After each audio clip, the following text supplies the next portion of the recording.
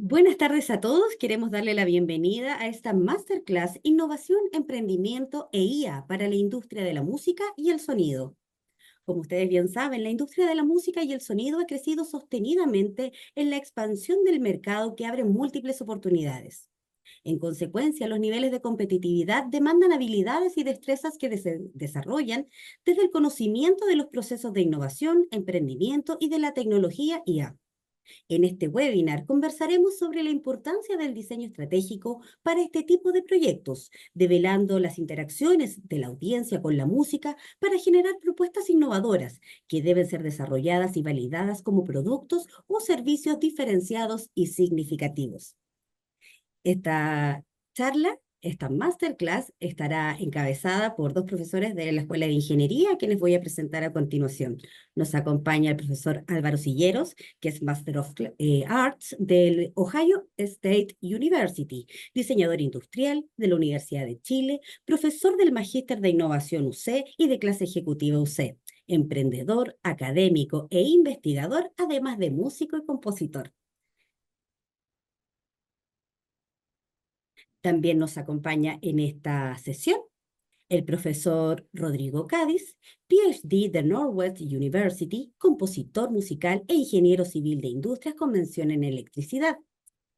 Profesor titular del Instituto de Música y del Departamento de Ingeniería Eléctrica UCEP, director del anillo de investigación ANIMUPA sobre música y patrimonio, investigador adjunto del Instituto Milenio en Ingeniería e Inteligencia Artificial para la Salud y Health, y colaborador asociado del Centro Nacional de Inteligencia Artificial, CENIR.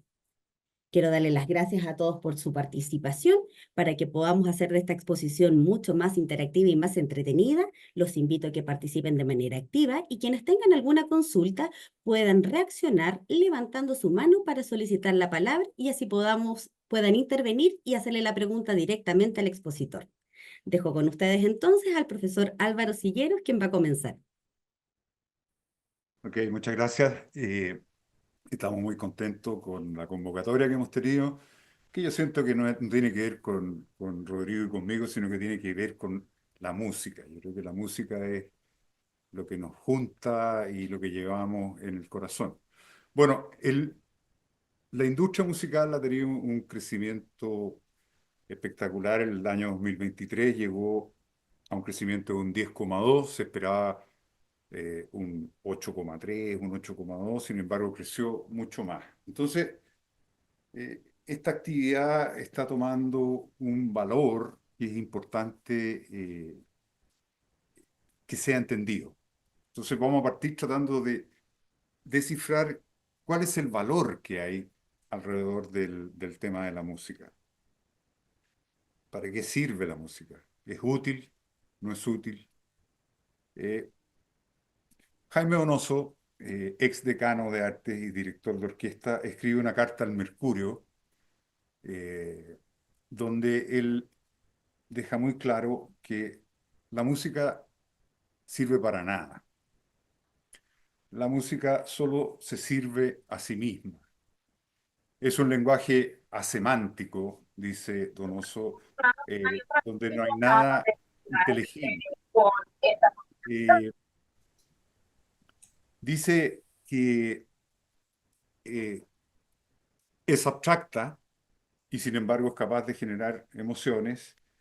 Y en otras conversaciones que yo tuve con Jaime, Jaime siempre decía que la música habita más bien el mundo del ocio y no el mundo del negocio. El negocio es la negación del ocio. Entonces, no es tan fácil decir que necesitamos la música y que la música es útil. No es ese el escenario de la música. La música no viene a responder necesidades.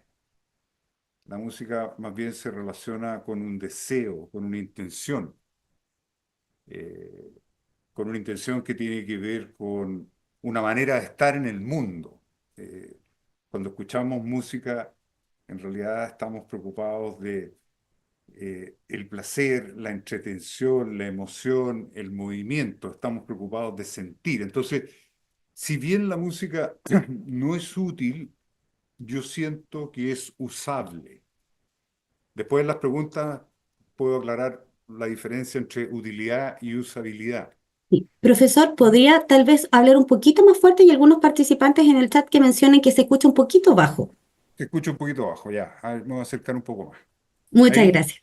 ya. Eh, Estábamos en que la música, si bien no es útil, porque si le damos una utilidad, de alguna manera deja de ser música, es usable, pero es usable en un sentido muy importante, es usable en un sentido existencial. Cuando escuchamos música pasa lo siguiente. Voy a tratar de hacerles un diagrama con mis manos. Lo primero, cuando nosotros tenemos la intención de escuchar, lo primero que hacemos es dejarnos envolver por la música, ¿ya? Pero este envolver no es pasivo, no es que nosotros escuchemos música como escucharía música una grabadora.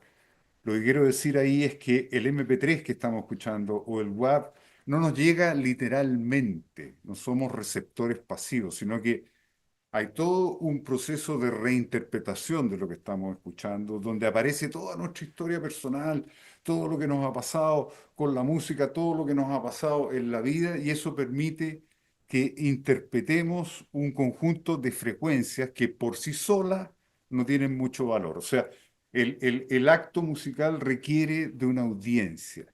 Entonces la figura es otra. Aquí está la música, aquí estamos nosotros y se produce una suerte de interrelación o abrazo entre audiencia y música. Ahora, ese abrazo puede ser más o menos estrecho, más o menos cariñoso, depende de cómo nosotros reinterpretemos. Pero ese acto de reinterpretar lo que estamos escuchando logra algo mágico, porque finalmente lo que estamos sintiendo es a nosotros mismos. Cuando escuchamos música, estamos sintiendo y nos estamos sintiendo nosotros como una capacidad interpretativa, como una identidad que está sintiendo. Y ahí yo siento que la música tiene un valor existencial tremendo y eh, finalmente eh, es ese valor existencial lo que nos hace quererla tanto, sentirla, etcétera, etcétera. Ahí yo puedo entender el 10.2 de crecimiento, ¿ya? Eh, Durante la pandemia, todos sabemos que el mundo se hizo muy hostil. eh, Había mucho una sensación de abandono, una sensación de nulidad, de restricción. La muerte se paseó alrededor de nosotros y algo sucedió que empezamos a escuchar mucho streaming durante la pandemia. Los números lo dicen, aumentó la audiencia del streaming, porque en este abrazo que nosotros tenemos con la música se crea una suerte de micromundo o de esfera personal. Fue realmente un refugio, fue un abrigo, fue una salida que todos intuitivamente elegimos. Y eso empezó a generar un crecimiento a nivel de streaming. Ya cuando se termina la pandemia y en el periodo de post-pandemia, quisimos escuchar música en el espacio público, ya no encerrados, quisimos escuchar música con los otros. Y eso también generó un crecimiento de la música en vivo. Entonces, les voy a dar algunas cifras acerca de cómo está esta situación. Esto viene de la caracterización de la industria musical chilena que hace Chile Creativo, son básicamente, es Corfo, ¿ya? A nivel global, la música grabada el 2023, sí, el 2023, generó 28.600 millones de dólares. La música en vivo generó 30.140 millones de dólares. El método de escucha más requerido fue el streaming. El streaming de suscritos en el 2023 llega a 680 millones de personas. En Chile tenemos una audición en streaming que eh, realmente la tiene un 70% de la población. Esto es sorprendente. Los eventos de música en vivo que se realizaron durante el año 2023 son, fueron 21.127 eventos. Esto es una cifra increíble. Un 83% más de lo que pasó con la música en vivo durante el 2019.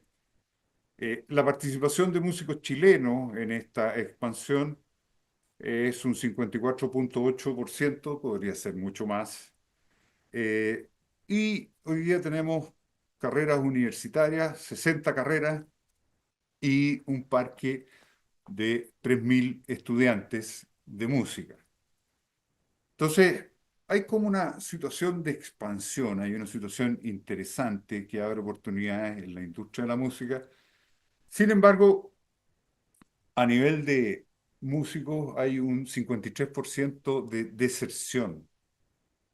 Esto es duro y es importante. Significa que más o menos la mitad de los músicos está dejando de hacer música, perdón, porque es difícil la sostenibilidad económica de esta carrera. Por otro lado, sabemos que hay un montón de emprendedores no músicos que les gustaría, por un tema de aquiescencia, por un tema de llevar la música en el corazón, emprender y desarrollar cosas con la música.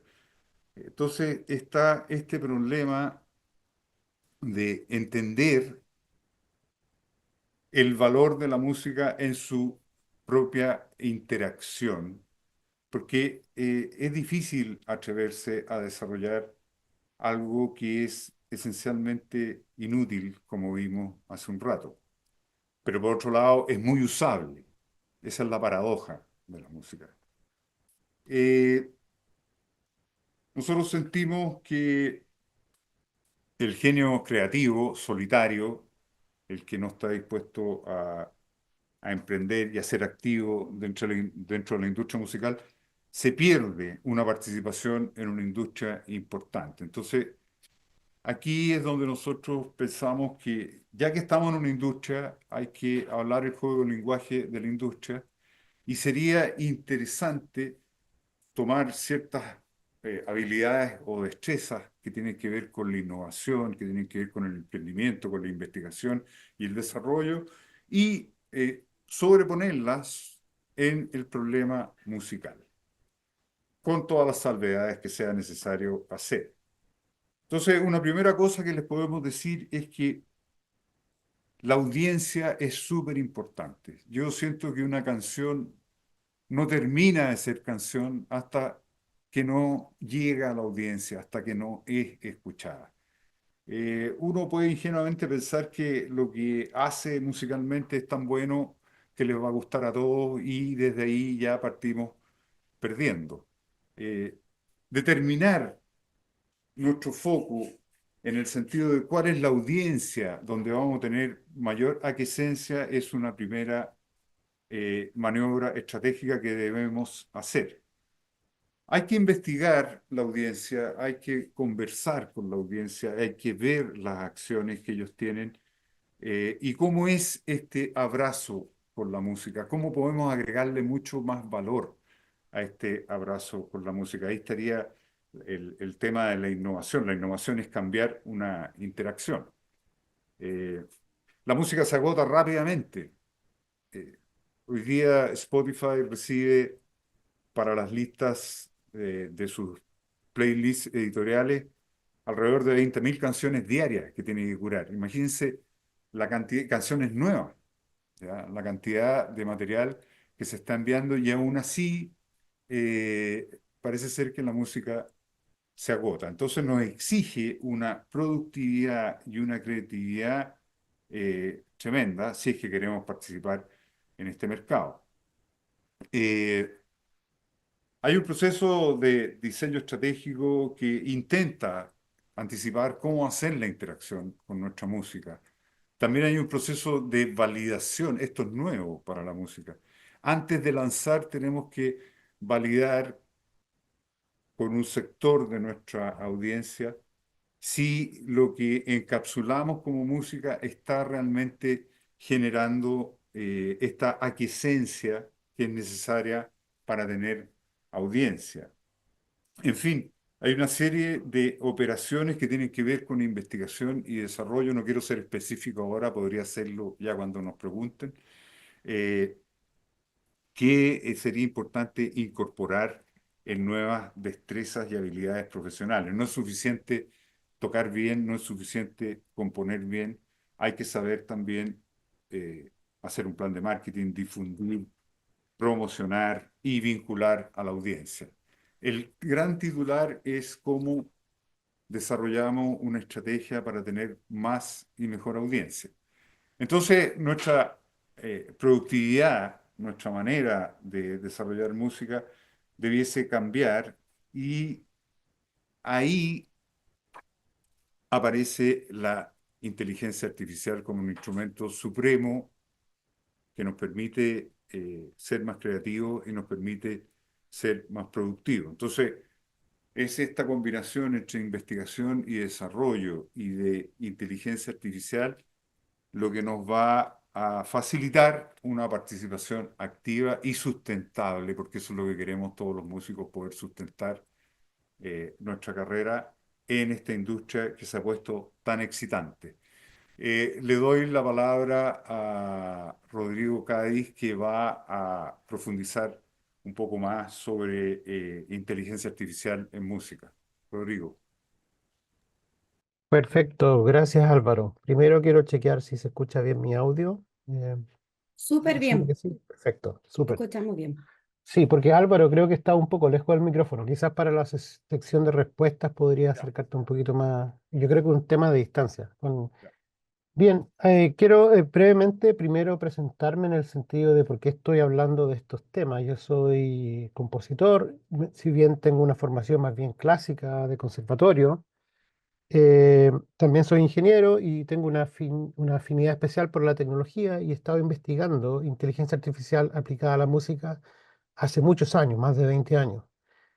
En particular, yo he investigado modelos de lógica difusa, que es un área de la inteligencia artificial que quizás no es tan conocida, es menos mainstream, pero la aplicación de algoritmos de inteligencia artificial a la creación musical, a la producción musical, no son nuevos, vienen de los años 70.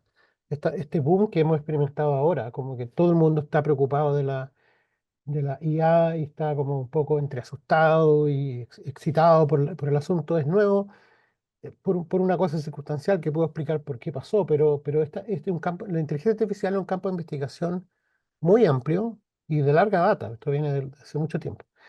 Y en particular, la aplicación en música también es bastante antigua. De hecho, hay ejemplos de trabajo hecho en los 70 de algoritmos que ya podían componer música en estilo, en particular estilo barroco, por ejemplo, música de Bach, muy bien. Em, y son sistemas mucho menos sofisticados que lo que tenemos hoy día. Entonces, quizá hoy día es evidente que hay un posible cambio y una posible nueva forma de concebir música a la luz de estos nuevos algoritmos, pero algo que ya tiene larga data, por lo tanto iba a pasar en algún momento sí o sí.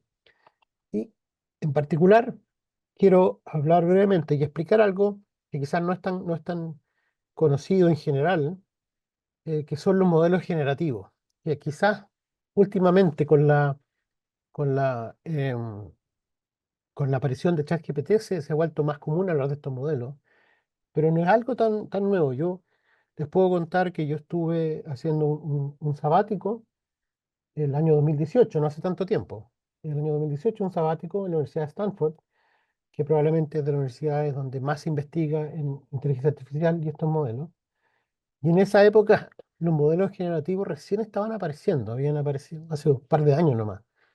Y no es algo muy común. De hecho, yo, en los cursos que se enseñaba en la Universidad de Stanford, de todo un semestre o todo un cuarto en rigor, había una clase que era de modelos generativos, así como esta es la frontera, cosas raras que está haciendo la gente.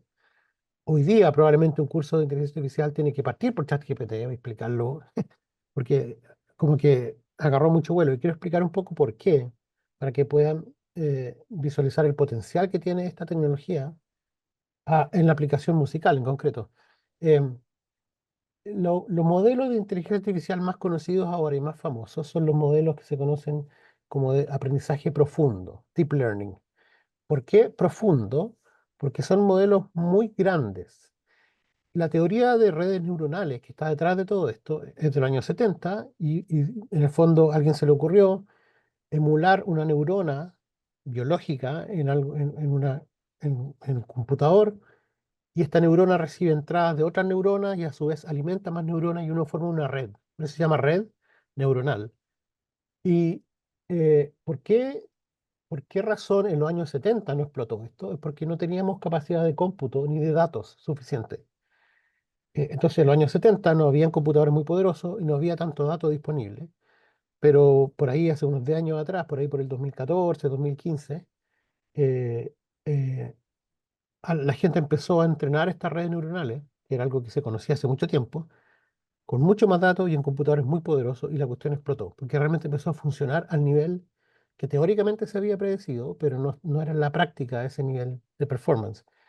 Entonces el mundo cambió en el sentido de que hoy día toda la investigación en áreas como robótica, computación, visión por computador, de análisis de imagen, análisis de texto, análisis de audio, eh, cambió a usar redes neuronales, porque son muy efectivas en hacer este tipo de tareas. ¿Qué tipo de tareas? Clasificación, por ejemplo, regresión, es decir, clasificar cosas. Esto pertenece a A o pertenece a B, o estimo un valor numérico a partir de datos, predigo valores numéricos. Ese tipo de tareas hoy día las redes neuronales lo hacen muy bien. No hay algoritmo que le gane a eso.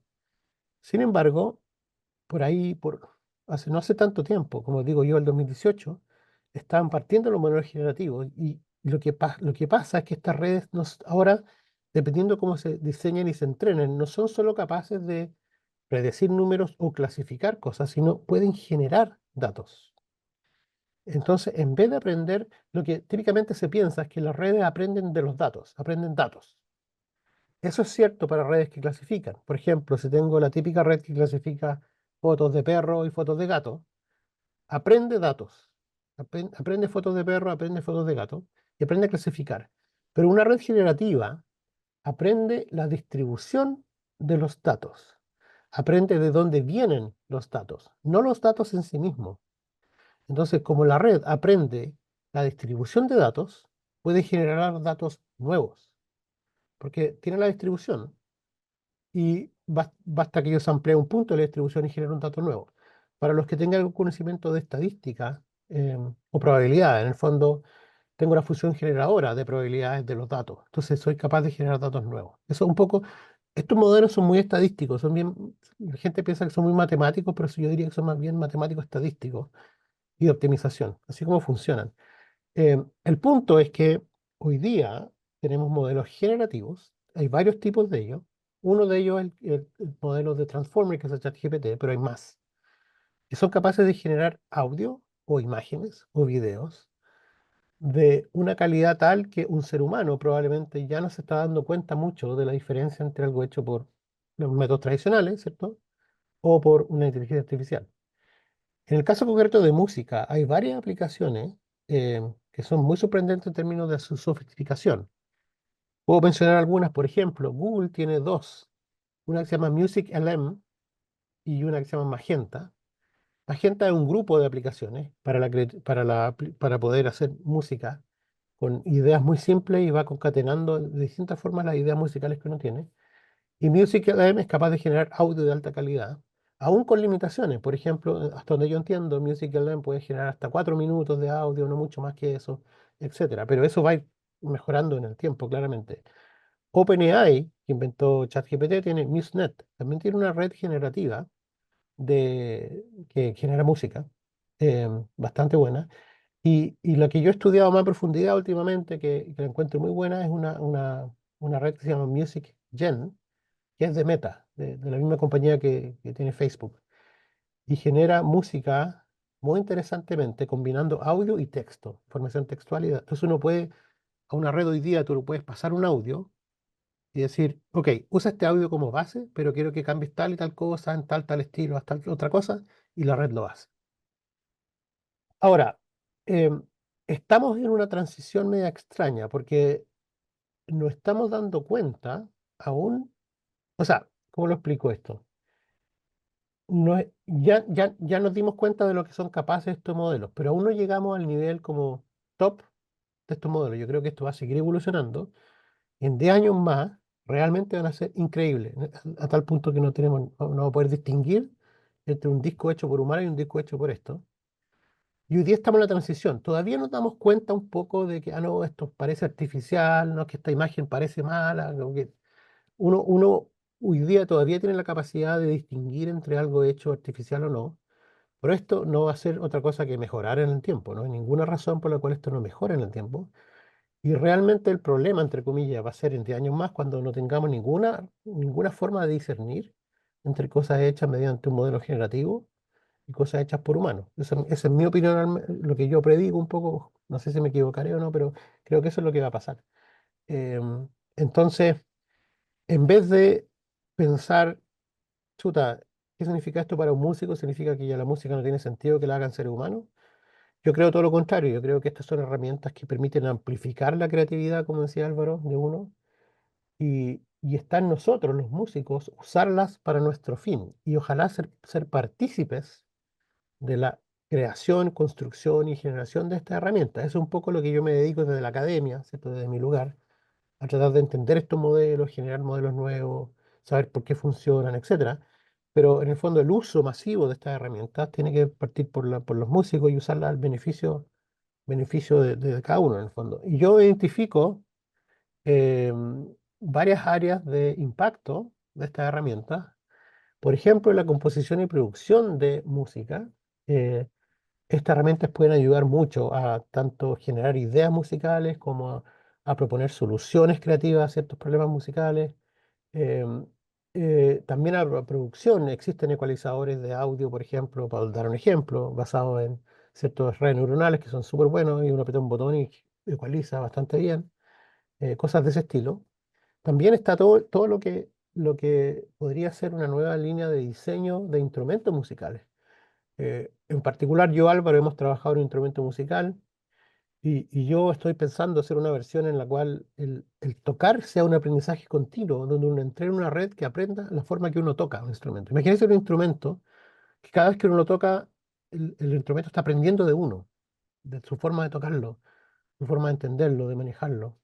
Eso va a ser posible con estas tecnologías. Quizá hoy día no existe un instrumento que uno pudiera comprar en una tienda, pero no me cabe duda que van a haber instrumentos así muy pronto.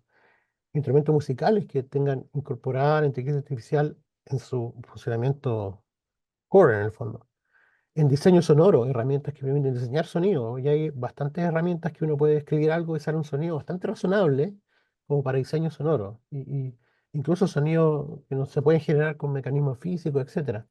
Eh, Está toda el área de interacción en tiempo real. Va a ser cada vez más común ver bandas tocando con computadores que están tocando. Bueno, eso ya existe hace mucho tiempo, pero quizá va a ser más masivo de ver en el fondo que ya la presentación musical ya no sea solo por humanos, sino humanos acompañados.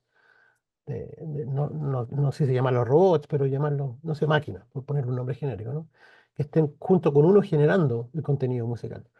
Entonces es un campo de investigación hoy día bastante activo y con grandes posibilidades de aplicaciones en música, en muchos aspectos y en muchas temáticas distintas.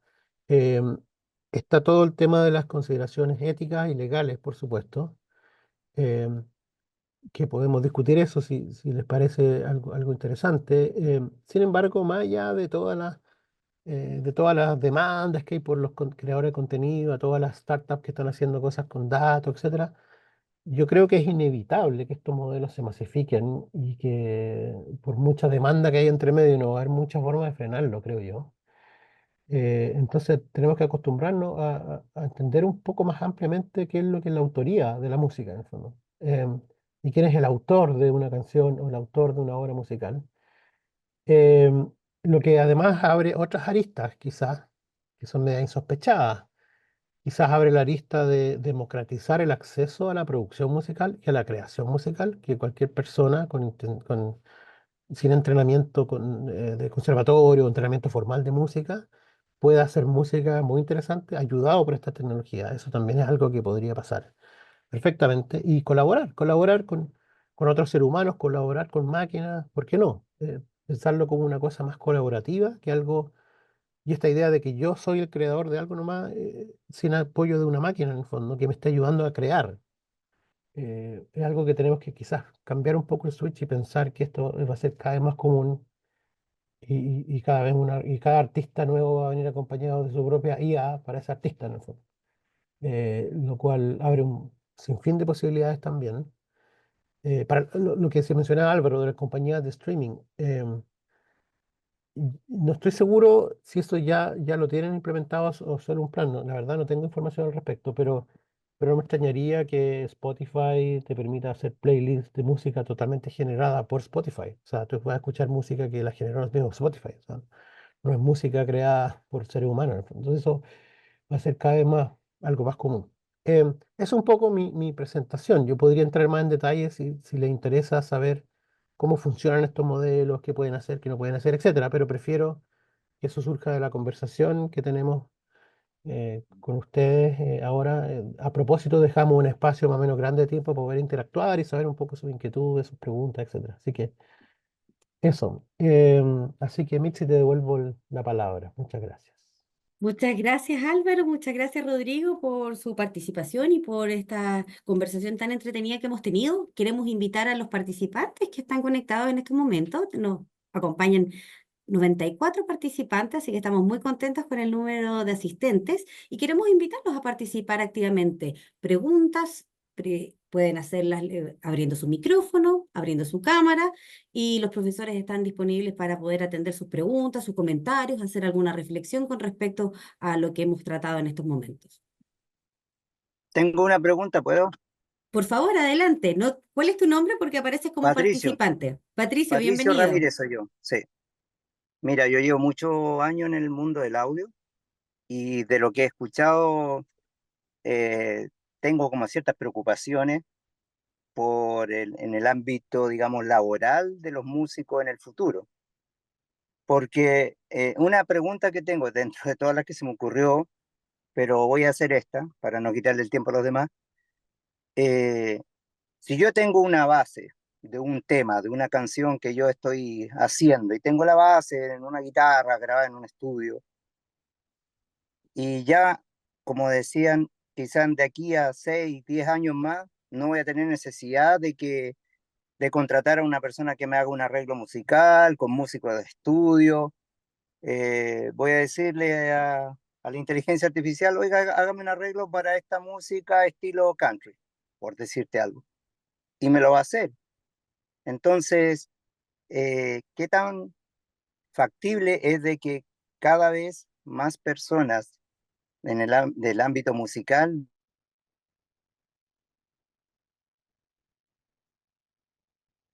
Creo que se nos perdimos a Patricio con la mitad de la pregunta. No sé si podemos contextualizar un poco, profesores, Rodrigo, Álvaro, tal vez para hacia dónde va, tal vez su preocupación es con respecto a qué pasa finalmente con los artistas que podrían verse un poco mermada su participación y su desarrollo en la innovación a través de de la inteligencia artificial.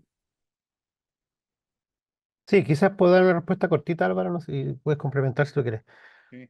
A ver, yo creo, mi percepción es más bien de que esto hay que aprovecharlo, pero implica asumir ciertas cosas en el fondo. Implica, yo soy del convencimiento que la formación musical desde hoy día en adelante, quizás desde hace varios años, pero por lo menos de hoy día en adelante, de todo músico, los músicos tienen que saber usar estas tecnologías, tienen que entenderlas bien, dominarlas bien y usarlas a su beneficio en el fondo. Es muy distinto contratar a un músico, claro, para hacer algo, un músico que además tiene un bagaje de herramientas. Entonces, ahora, parte de lo que decía Patricio, si no me equivoco, era el nombre, ¿cierto? Parte de lo que decía Patricio, yo creo que va a suceder sí o sí. O sea, lo que decía yo, quizá una masterización automática de un audio para un cierto nivel estándar, porque si uno quiere hacer algo más, mucho más, con más precisión y artesanía, claro, necesita un humano todavía. Y yo creo que va a ser eso por mucho tiempo, pero podría ser que ciertas cosas del audio se automaticen un poco más, pero yo creo que lo fundamental es que la gente de audio sepa usar estas tecnologías. Es como que, no sé, po, apareció la grabadora digital y toda la gente que hacía audio dijo, chuta, ¿qué voy a hacer ahora? No sé esto. Bueno, hoy día todo el mundo conoce tecnologías digitales de audio. Entonces, yo creo que hay que actualizarse nomás. Eso es por lo menos mi mirada. Yo no lo veo tan negativo en el sentido de que los seres humanos van a ser reemplazados totalmente. Yo creo que, pero sí lo que tiene que pasar es que los seres humanos tienen que saber usar esta tecnología. Va a ser algo diferenciador de alguien que no la sepa, en el fondo, creo yo. Esa es por lo menos una versión parcial del asunto que yo tengo. Muchas gracias, Rodrigo. Muchas Álvaro, ¿te gracias por gustaría la respuesta. complementar? Tenemos otros comentarios a raíz de lo mismo. Fernando de la Cruz en el chat nos menciona lo siguiente: lo importante es aprender a usar las nuevas herramientas que brinda la IA y poder adaptarse. Creo que el músico tiene mucha ventaja con el uso de esta tecnología, a diferencia de un chico de 20 años que empieza a incursionar dentro del mundo. Comentario que nos hace Fernando de la Cruz en el chat. Y una pregunta también de un participante P que no se renombró, pero la voy a leer, que dice: ¿están integrando inteligencia artificial en el arco continuo o están considerando esta posibilidad? Ya, ese es alguien que nos conoce, porque sí, en concreto, yo estoy trabajando con un alumno de magíster acá en la universidad que estamos justamente incorporando inteligencia artificial en el corazón del procesamiento de los datos del arco continuo para justamente lograr un instrumento que vaya aprendiendo con uno a ser tocado, en el fondo. Es un poco. Sí, lo estamos haciendo, esa es la respuesta corta. Y el comentario de Fernando, yo estoy de acuerdo. Yo creo que lo que importa es aprender, es abrazar estas tecnologías, dedicar tiempo por lo menos entender cómo usarlas. Distinto quizás entender cómo funcionan, pero yo creo que igual es muy valioso saber cómo funcionan, porque cuando uno sabe cómo algo funciona, entiende las limitaciones que tiene y las ventajas, las desventajas, pero también las limitaciones. Entonces, yo creo que muy importante ese aspecto en el fondo. Sí. Hola, Muchas gracias. hola, ¿Tenemos una buenas. pregunta ahí? Sí, quería hacer una pregunta.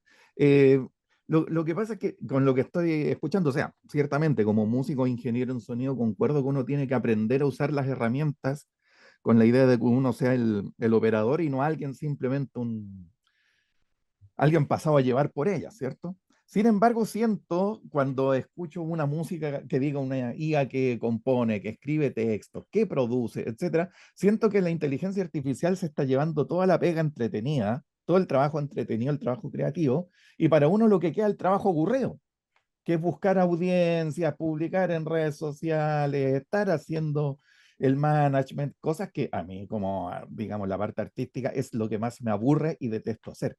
Entonces, existen herramientas que sirvan para que uno pueda seguir disfrutando de encontrarse a sí mismo, de la composición, digamos, tradicional, pero que se encarguen, por ejemplo, de buscarte públicos, de ver con qué otros artistas puedes vincularte, cosas de ese estilo.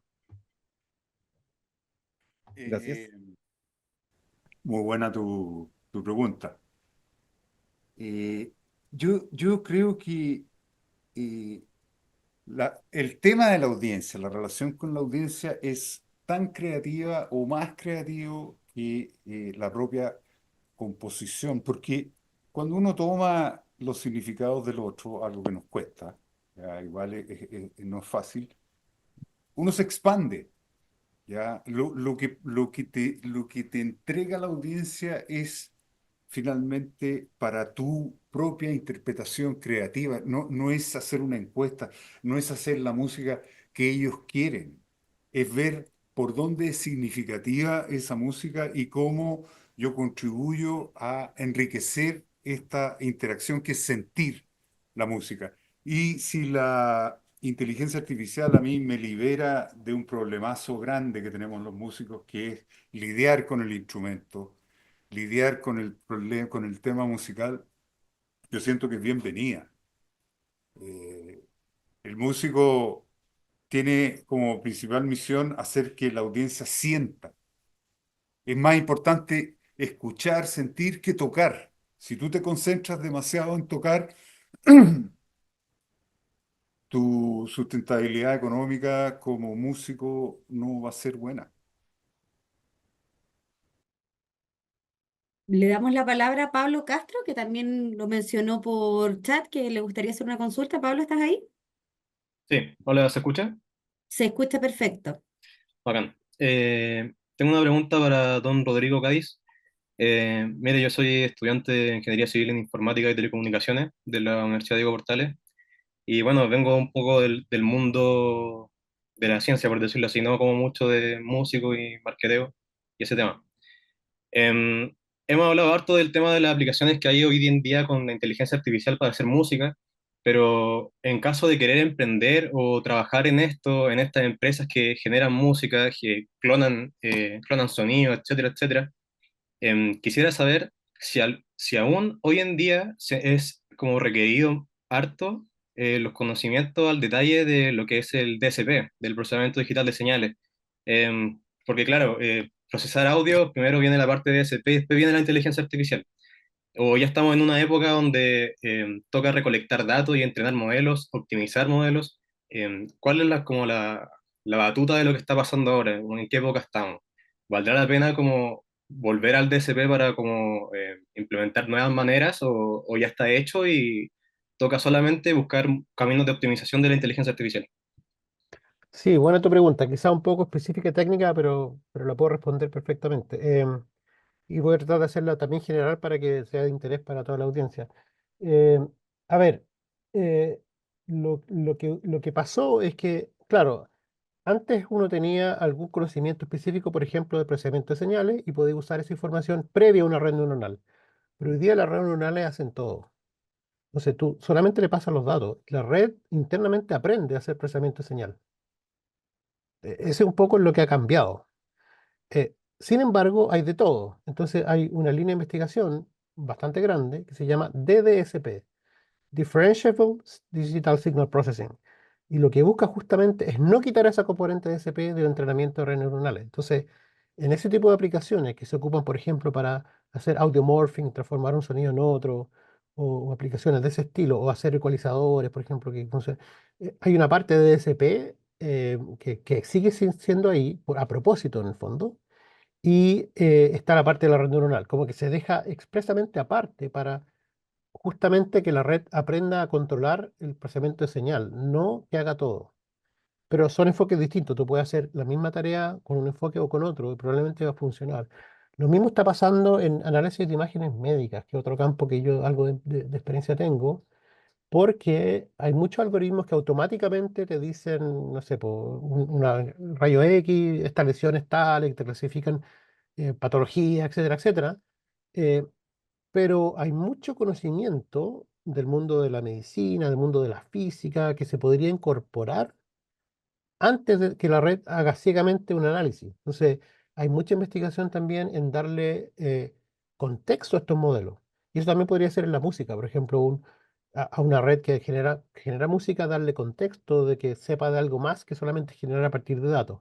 Mm. Todas esas cosas se pueden hacer, yo creo que son totalmente posibles, muchas de ellas son más experimentales que otras, tienen menos... Como yo traté de explicar, estamos en una transición, o sea, todavía no estamos en la etapa en que todo es IA y todo funciona perfecto, todavía estamos en la etapa que hay que investigar.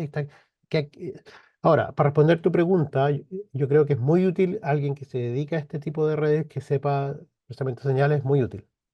Yo creo que ayuda muchísimo y lo veo en la práctica con mis estudiantes, etcétera. Creo que es muy, muy útil.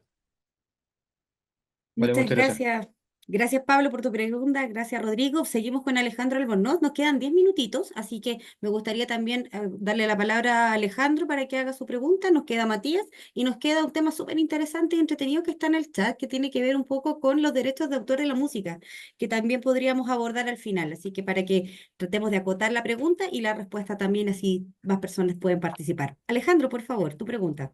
Hola, muchas gracias por el evento. ¿Se escucha bien? Sí, súper. Perfecto. Eh, Quería hacer unos comentarios solamente. Justo sobre el derecho de autor, un detalle que me enteré la otra vez es que hay algunas compañías que están contratando un staff de compositores. Entonces, los compositores son, digamos, la base de datos que proporcionan datos a la inteligencia artificial para componer ciertos estilos y ellos van recibiendo un pago que está pactado con la empresa. Entonces ya no es hay un poco más de ética ahí, no es solo de que el modelo está tomando de toda la media que hay circundando en la red. Eso. Creo que hay que investigar un poquito de eso, pero lo leí por ahí, alguien puso un link justamente en LinkedIn. Lo que quería comentar era la otra parte, que hay una visión, yo estoy muy cercano a lo que piensa el profesor Cádiz respecto de este uso, son herramientas que te sirven para crear cosas, etcétera. Pero yo creo que hay que ver el tema de cómo esto puede potenciar la parte educativa, por un lado, en general, y además que toda esta perspectiva siempre está desde los creadores y los productores. Y estamos viendo esta cuestión de la utilidad, como decía el profesor Silleros, no hay una utilidad para la música, pero yo creo que eso tiene que ver con esta perspectiva más bien de este receptor de la audiencia. Y yo creo que un peligro, el único peligro que veo, bueno, no así terrorífico como Terminator, pero veo un peligro en este fácil volverse flojo en el hacer, porque yo creo que hay una parte que no es solo, la música no es solo que yo escucho a Mozart, escucho a los Beatles, escucho a La Ley o no sé, Maná, lo que sea, sino que es hacer música. Digamos, practicar cualquier tipo de manifestación artística, aunque no sea de manera profesional, sabemos que es un ejercicio espiritual e intelectual que es positivo para el desarrollo de cualquier persona. Entonces yo creo que esta división como de que quién hace la música y todos los demás escuchan, yo creo que ahí hay algo que discutir, algo que ver, porque pienso que lo importante sería entonces, el peligro sería que la gente deje de practicar música. ¿Ah? Un poco como la fantasía de Wall-E, la película, que estaba todo el mundo echado, no hacía nada. Eso es lo físico, ¿no? No hacer ejercicio. Lo mismo sería no hacer matemática, no hacer música, no pintar, no dibujar. Y yo creo que eso ahí es un tema que yo dejaría rondando, considerando ese concepto del musicar, ¿no? Que es, no todo el mundo que va a hacer música va a ser un compositor o un artista pop, etcétera. Eso. Em, sí, hemos hablado mucho de escuchar, de sentir la música, pero fíjense que tocar un instrumento no es tan distinto a lo que pasa cuando escuchamos música. Igual estamos reinterpretando, ¿ya? Eh, yo creo que los instrumentos también deben evolucionar con todas estas tecnologías y podrían facilitar, no queremos ser flojos, no lo queremos, Alejandro, pero pucha que obtuso tocar. O sea, ¿cuánto tiempo se invierte en poder tocar bien un instrumento? Estamos hablando de 10, 15 años encerrado por horas, viviendo con tu limitación, y eso hace que la actividad se reduzca, que la actividad no sea tan educativa como tú piensas, porque la mayoría de los instrumentos, esto lo vimos con Rodrigo cuando diseñamos el continuo, no están diseñados para facilitarle al ser humano ergonómicamente e intelectualmente tocar. El que logra tocar pasa por un proceso que es complejo, yo lo he pasado y en realidad es mucho más interesante que tocar el poder sentir la música y transformarla en un producto interesante y que yo pueda sustentar mi vida a partir de desarrollar ese producto. Muchas gracias, Álvaro. Espero que tu reflexión, Alejandro, haya sido bien recibida. Le doy la palabra a Matías para que nos quedan poquitos minutos, así que tratemos de acotar la pregunta para que podamos tener un poco más de discusión en otros temas. Matías, por Perfecto. favor. ¿Se escucha bien? Sí, Perfecto. Súper. Bueno, primero que todo, muchas gracias, profesores, por la introducción y por la charla. Bueno, soy productor musical y parte también, como ustedes dicen, de las nuevas tecnologías y cómo uno puede utilizarlas también para poder hacer más eficientes ciertos procesos, más allá efectivamente de la flojera o en la poca, el poco tiempo que uno de repente tiene para producir. Estas herramientas, la verdad que son maravillosas y hacen eficientes los procesos. Pero también me queda la duda de qué es lo que pasa, hablando, no sé, algo muy específico, los arreglos. Quiero hacer unos arreglos de bronce y voy, utilizo la inteligencia artificial y las utilizo en mi canción. ¿Qué pasa con los derechos? ¿Qué pasa finalmente como o con la autoría de un poco las preguntas que estaban haciendo ahí, si es que yo puedo utilizar y si esa inteligencia artificial o ese arreglo también lo podría utilizar otro o queda único, lo puedo registrar, lo puedo patentar, etcétera, etcétera, etcétera. Sí, lo que puedo decir ahí es una pregunta que sale cada vez que hablo de inteligencia artificial. Yo no soy experto en derechos de autor, ni soy abogado, ni nada por el estilo. Había un comentario ahí de una persona que es abogado, me parece, en el chat. Eh, a ver, yo tengo dos respuestas para eso. Uno, esto está en evolución. No hay aún legislación universal, así como en otros campos, que norme esto, como para estar seguro de que pasa exactamente. Esa es mi opinión, creo yo. De hecho, tuve una charla hace el año pasado con alguien del INAPI, quien ve todo el asunto del registro de propiedad intelectual, patentamiento, etcétera. Y esa es mi impresión que me lleve, que es algo que, claro, hay ciertos casos que están siendo como realizados como casos pilotos, pero no hay una cosa como universal. Pero lo que yo quiero hablar desde el punto de vista más técnico es que los modelos generativos realmente generan. Entonces es muy difícil, creo yo, esa es mi opinión técnica, no legal, por si acaso, normar eso, porque una cosa es que yo tome un dato y lo use sin permiso, ¿cierto? Efecto de distribución económica, etcétera. Pero otra cosa es que yo vea datos y genere uno nuevo, que no existe en ninguna otra parte. Entonces, ¿quién es el autor de ese dato? Yo creo que es un problema súper interesante desde el punto de vista hasta filosófico, ¿sí? Y no, yo creo que no es tan simple como decir, no, es que yo creo que todas estas demandas de las disqueras que acusan a que usaste todos mis discos sin permiso, incluso aunque fuera cierto que ocupé tus discos sin permiso, lo ocupé para hacer una red que genera algo nuevo, no que te lo está copiando. Porque lo que está penado es el plagio, ¿cierto? O sea, tomar un pedazo y usarlo sin atribuirle nada al autor, ¿cierto? Pero si el dato realmente es nuevo, es un dato que no existe, salvo que lo generó esa red y ninguna más la puede generar. Eh, Chuta, yo encuentro que es un problema mucho más complejo. Yo no tengo la respuesta, pero mi impresión es que para poder normar esto y tener reglas claras, va a haber que entender mucho mejor a nivel técnico cómo funcionan estos modelos. Esa es mi percepción, lo que puedo responder yo, por lo menos.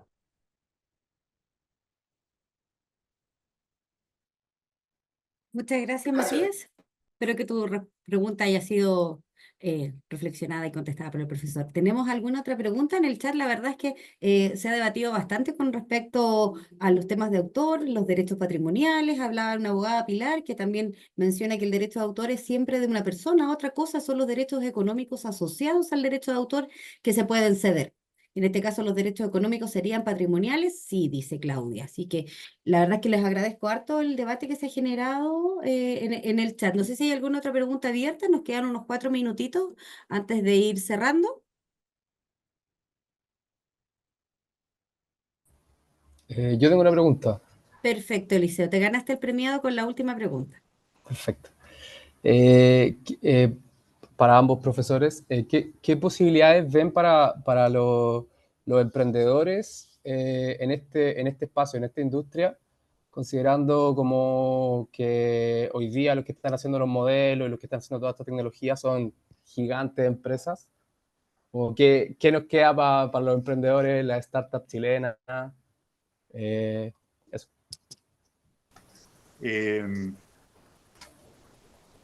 yo creo que es súper excitante. Es un muy buen momento, pero hay que trabajar para una industria y eso implica saber hacer investigación, desarrollo, innovación. O sea, lo que les queda a los emprendedores es meterse en ese mundo y adquirir habilidades en ese mundo. Yo sé que hay mucha gente que quiere emprender en música, que no son músicos, ingenieros, abogados, psicólogos, porque les gusta el tema, lo encuentran interesante.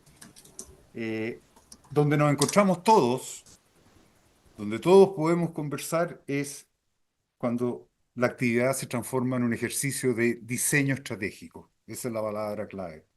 Hay que hacer diseño estratégico para que nos vaya bien en un emprendimiento musical.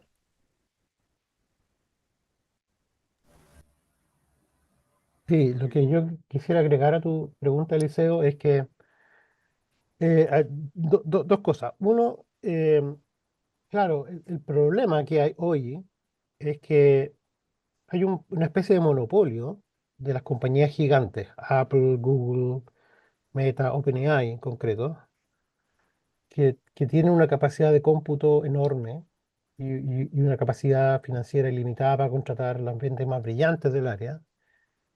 Entonces es muy difícil competir contra ellos como en el nivel basal de estos métodos y algoritmos, porque para poder competir y ganarle a una inteligencia artificial de OpenAI tenéis que hacer una cuestión gigante. Sin embargo, muchos de estos modelos son usables y entrenables o fine-tuneables, que se llaman, que tú puedes bajar el modelo y hacer fine-tuning para tus propios fines específicos. Y es una oportunidad gigante y eso no es tan costoso, ni siquiera es caro financieramente. Eso por una parte. Y por otro, yo creo que hay una gran parte de la investigación y los investigadores en este campo que ya están un poco aburridos de estos modelos gigantes. Y así como que hay mucha investigación en modelos chicos. Como, ok, ya, sabemos que los modelos gigantes funcionan perfecto. Podemos hacer lo mismo con un modelo mucho más chico que corra en mi laptop y que lo pueda hacer yo, así. Yo creo que eso va a ir avanzando cada vez más. Es un paso natural de hacer algo gigante que necesita miles de datos a decir lo siguiente. Y la analogía que quiero hacer es la siguiente. Un, Estos modelos se supone que aprenden. En realidad, al aprender nos decimos que minimizan una función que está calculando la diferencia entre lo que tú quieres hacer y los datos. Entonces, por eso aprenden, porque minimiza la función. Entonces, cada vez lo que tú estás generando se parece a lo que quieres hacer con los datos. Em, pero si lo comparamos cómo aprende un ser humano, un niño chico, una guagua, por ejemplo, no sé exactamente la ciencia detrás, pero no sé, por una guagua que ve 3 gatos y ya sabe lo que es un gato, no necesita ver más gatos. Lo vio 3 y cachó lo que es un gato y listo. Ve uno nuevo y no tiene dudas que es un gato. ¿Sí? Muy pocos datos, poco procesamiento y es capaz de aprender. Eso falta aún, porque nosotros hacemos cosas casi tan buenas como los seres humanos, incluso más en algunos casos, pero con máquinas gigantes y datos gigantes. La investigación se va a mover sí o sí a hacer lo mismo con mucho menos datos. Entonces, en ese futuro, cuando tengamos modelos más chicos, cualquier persona va a poder hacer lo que quiera con un modelo de inteligencia artificial, va a poder hacer cualquier cosa, porque no va a siquiera costar muchos recursos computacionales. O ¿cuánto tiempo falta para eso? No lo sé, pero yo no tengo mucha duda que eso va a pasar en algún momento. De hecho, hay harta gente que está moviéndose para allá, para modelos más chicos, modelos con menos parámetros, modelos con menos datos, y que puedan aprender de la misma forma que hacen estos modelos enormes. Sí. Muchas gracias a ambos. Muchas gracias a todos. Ya estamos en la hora ya. Por lo tanto, vamos a dar por cerrada esta charla, esta masterclass. Muchas gracias, Rodrigo. Muchas gracias, profesor Álvaro. Gracias por compartir la experiencia y exponer estos conocimientos sobre este tema tan interesante acerca de la innovación, el emprendimiento, el uso de la IA para la industria de la música y el sonido. A todos los participantes, quiero invitarles a que sigan las redes sociales de Educación Profesional de Ingeniería UC, donde encontrarán noticias, invitaciones a webinars de su interés. Pueden encontrarnos en Instagram, LinkedIn, Facebook, Twitter, el X en realidad, ya no es Twitter, entre otros. Así que les agradezco a todos que se hayan conectado y esperamos poder reunirnos en una próxima oportunidad. Que tengan todos una muy buena tarde. Gracias por acompañarnos.